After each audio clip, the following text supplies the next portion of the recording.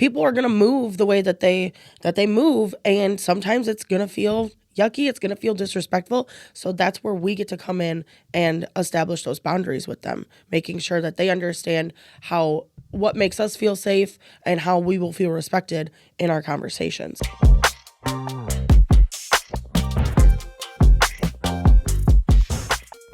Good morning, BX3 listeners. Thank you for joining on another lovely Thursday morning. Today, we are back in the studio. I know we've kind of been bouncing around a little bit recently, but we're back, and it is my honor to introduce my co-host today. Yeah. Hailey Benish. Hello. Thanks for having me back. Yes, we love having the development conversations, and it's always fun talking to you, on the podcast. So we're glad you're here. Huge fan. Yep. Glad to be back.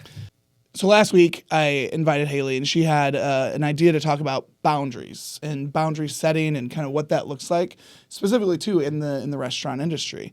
We're going to define what boundaries are. We're going to talk about how to communicate those and how to kind of stay true to them and, be accountable to your boundaries, essentially, is how I would picture it. Like, if I tell you a boundary and then I go, just kidding, you can just blow past that boundary, then they're not boundaries. Correct. So I'm excited to talk about it. So let's kick it off with, what is a boundary? It sounds so like a wall, like you can't.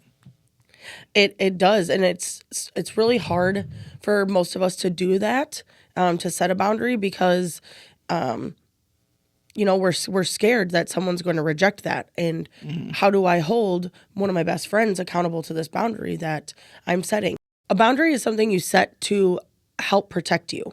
It's something that you communicate to somebody, letting them know how you want to be treated. We preach the platinum rule in LTC, outside of LTC, and definitely throughout the restaurant.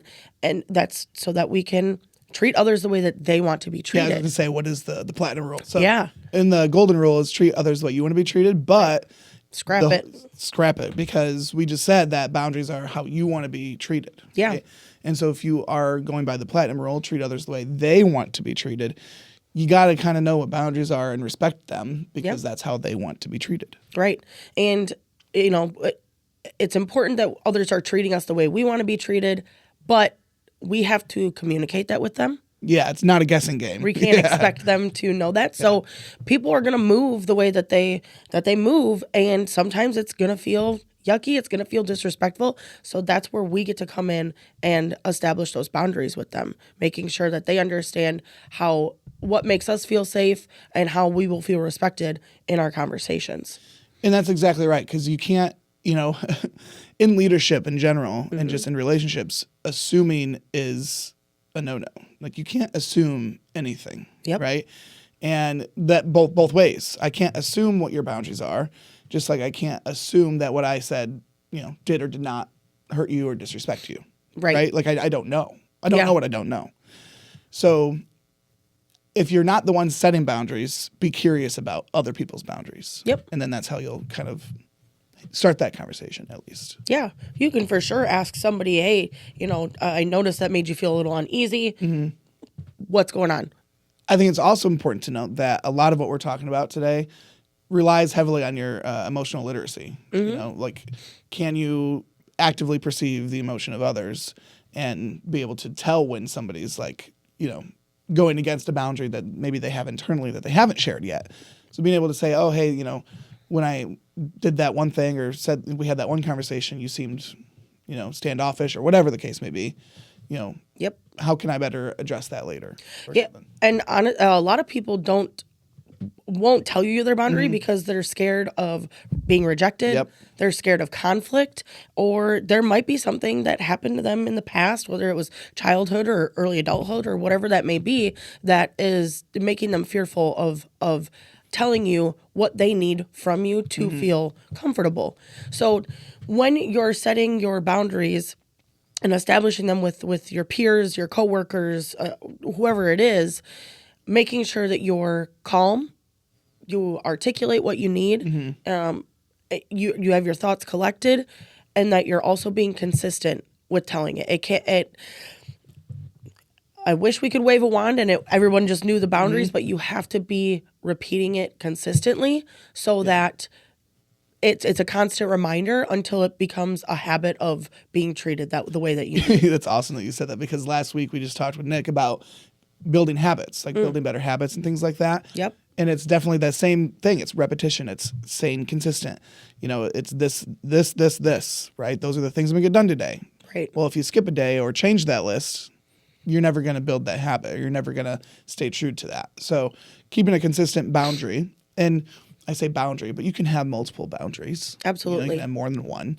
And you said it too, like peers, coworkers, you can have work boundaries and you can have friend boundaries. But like you said, for both of them, we're quick to not share our boundaries because we don't want that rejection or the fear, probably more so the confrontation. Absolutely. Especially if it's maybe to a boss. Right. Ooh. Yeah. Telling a boss your boundary. Like, how are some, so we defined boundaries, talked about kind of communicating them. Yep. And now staying true. So we're talking about boundaries. Any tips you would recommend for, I don't want to say like a script, but what does a boundary look like? Yeah, let's set it up. It's fair. It can be fairly simple, and honestly, it should be, right? Like short to the point. And it's really important that you focus on your behavior. We're not focusing on the other person's behavior because we can't control what other people do. Right. What we can control is what we will allow and how we allow people to treat us. So if Riley and you're just going to get the grunt of it because you're here, right? But if I feel that Riley is disrespecting me every time we talk because he cuts me off through every conversation, we'll just say that. Doesn't want to hear my fantastic opinions in the restaurant. It can be as simple as, hey, Riley, when you cut me off, it makes me feel like I'm being dismissed. For me to continue to bring these points to you, I need you to hear me out or I won't continue this conversation. So I'm telling Riley what behavior he's exhibiting that makes me feel uncomfortable. I'm telling him the emotion that it makes me feel. Yep. Telling him what I need from him to feel comfortable, right? Because again, our boundaries are what makes us feel comfortable. And then I'm telling him the consequence or what I'm going to do. What the action you're going to take. Yeah. If I continue to do. Correct. Things. Yeah. Oh, sorry. Because I cut you off. Prime example, I'm leaving. No. It's not telling Riley, you can't talk to me. You're not allowed to do this. Because as we know, if we start telling other people what they can and cannot do, they're going to shut down. And it's going to create that conflict. So being able to set that boundary up is really important, that you're doing it calm, articulated, and you're clearly repeating what you need from them if it continues.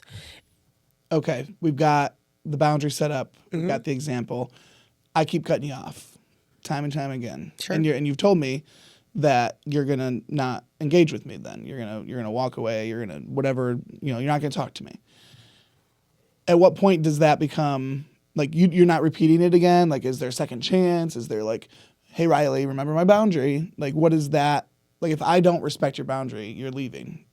But how does that can get a little tricky in at least a workplace. That's where we get to come in and continue to give Riley some grace as he's learning, because boundaries can be too rigid. Yeah. Now, what you feel is safe is what you feel is safe, right? Right. But how we establish that boundary can be too rigid. Boundaries have to be obtainable, right? I can't tell Riley, well, I need the moon and stars for me to feel comfortable to come back and talk That's with good, you. yeah. But telling Riley that I need him to allow me to finish a thought is obtainable. Riley can do that. We're focusing on a behavior, not a personality trait. So Riley knows what I need from him. If Riley continues to not respect my boundary, then I am going to do what I say. I'm going to not come to him anymore. And Riley will feel that. Now, if Riley's a healthy person and says, okay, I notice Hailey's being really standoffish with me. She doesn't want to talk to me anymore. Oh, why is that? Why is that? He might think back and say, she told me she needed this. I haven't been doing it, whatever that may be. Or it could be the other end of the spectrum where Riley says, oh, well, you're just overreacting. I do that to everyone. Don't worry about it. Well, it might be okay with Sally. It might be okay with Joe, but I need to finish my thought. Yeah. And I have a lot of them. So This is not a real example, by the way. I do let her talk. yes, For the most part. No, that's boundaries sound so scary. And the conversation that follows is scary. But I think when you have boundaries and you're clear with them and you're consistent, it builds better relationships. it absolutely does. Because you're sharing essentially more of you than holding that boundary in and just being pissed off every time Riley cuts you off. Hey, to feel comfortable, to feel seen, to feel heard, I need this, from you. Yep. And if you don't, then this is what I'm going to do. Like, and it's also, I feel like at least it's no harm, no foul kind of thing. Like, here's what I need. If you don't do it, here's what I'm going to do. Right. So when you do that thing, they can't be like, oh, you're overreacting. Like, that's your space. That's your safe space. You do that action. Like, it's laid out perfectly.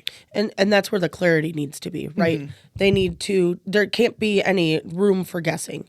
It has to be Back to the assumptions, yeah. This is what happened. This is how it made me feel. This is what I need from you. This is what's going to happen if it continues. Now, I don't know if, those of you listening remember an episode way back, but we talked about intentionality, right? Being intentional. If you have a peer who's more intentional, they're going to notice those things. They're going to notice when Hailey isn't talking anymore and look at and be like, ooh, I need to be more intentional. Yep. Or another example is the first time you tell me that boundary, I'm intentional. Okay, every time I see Hailey, stop talking. Let her finish her thought. So those are the things to kind of look out for when you're setting these boundaries and you're starting to use them. And odds are you probably have boundaries.